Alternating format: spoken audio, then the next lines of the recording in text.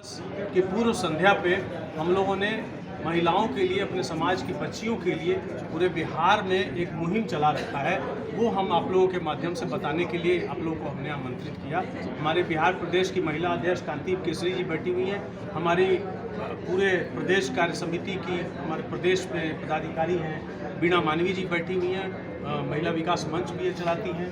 तो इनके माध्यम से हम लोग एक मैसेज दे रहे हैं कि जो भी बिहार की बच्चियां हैं, खास करके जो पढ़ नहीं पा रही हैं, गरीबी के अभाव में हम लोग देख रहे हैं शहर में भी घर घर में चौका बर्तन करने के लिए छोटी छोटी बच्चियां आ रही हैं। वैसे बच्चियों को जो 9th, 10th, 11th का एग्ज़ाम नहीं दे पा रही हैं, वैसे बच्चियों को हम लोग अडॉप्ट कर रहे हैं और उनको पढ़ाने लिखाने का खर्चा वहन कर रहे हैं, ताकि वो कम से कम अपने मेहनत से मैट्रिक अच्छे नंबर से पास करें, ग्रेजुएशन तक उनको हम लोग किसी तरह से पढ़ा दें, ताकि ग्रेजुएशन के बाद वो अपने पैर पर खड़ा हो सके।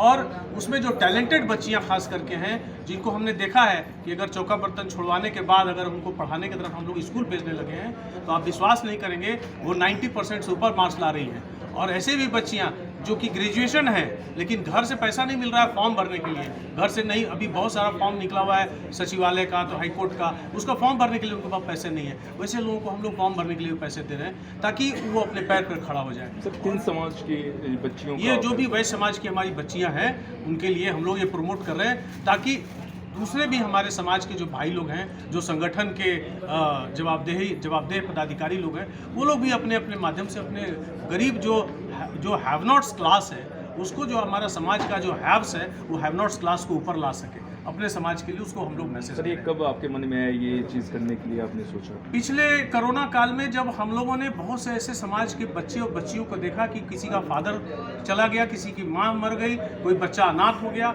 जो पढ़ रहा था बच्चा 8th क्लास में स्कूल जा रहा था, वो बच्चा स्कूल नहीं जा सका, जो बच्चा इंजीनियरिंग में पढ़ रहा था 3rd ईयर में, उस बच्चे की पढ़ाई छूट गई।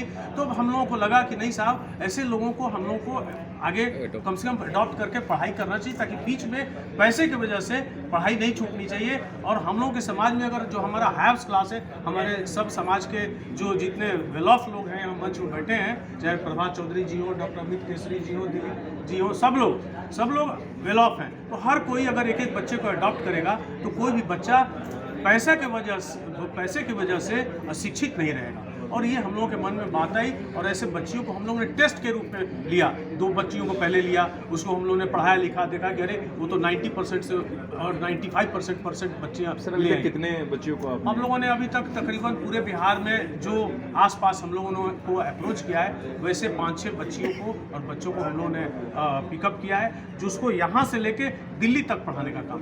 जो काम सर सरकार को करना चाहिए था, वो नहीं, देखिए सरकार अपना काम कर रही है, ऐसा नहीं है। सरकार की योजनाएं भी हैं, और सरकार भी गरीब बच्चों को पढ़ाने का काम करती है, उनको फ्री स्कूल दे रही है, पोशाक दे रही है, सब कुछ दे रही है।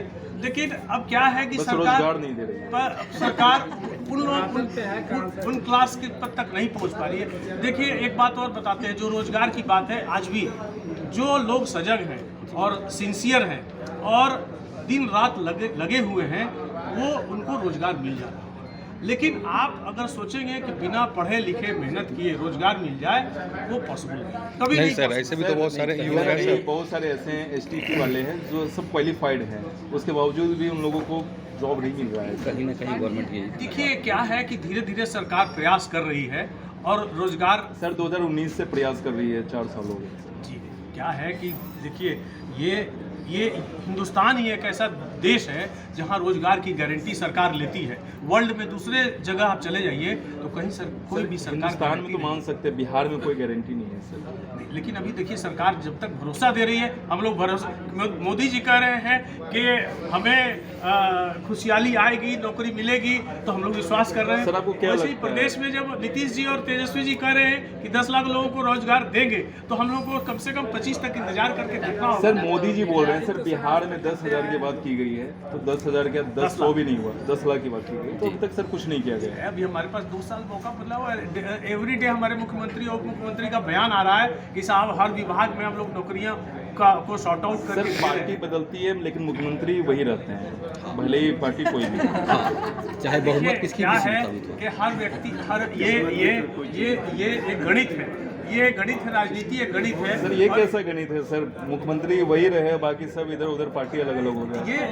ये एक गणित है और इस पर इस होली के मौके पर होली का हुड़दंग मत कराइए और हर व्यक्ति को अपना ईश्वर जो है ना, ईश्वर जिसको देता है, जिसका चक्र बना होता है उतना बना रहेगा। आखिरी में एक सवाल सर आपसे, होली मिलन समारोह जो आज हो रहा है, बिहार वासियों का आप क्या संदेश देना चाहेंगे? बिहार वासियों को देखिए, होली के मौके पर हम ये कहना चाहते हैं कि अगर ईश्वर ने आपको कुछ दिया है तो अपने समाज के गरीब लोगों को, गरीब बच्चों को, बच्चियों को पढ़ाइए लिखाइए और उनका सोशल अपलिफ्टमेंट कीजिए।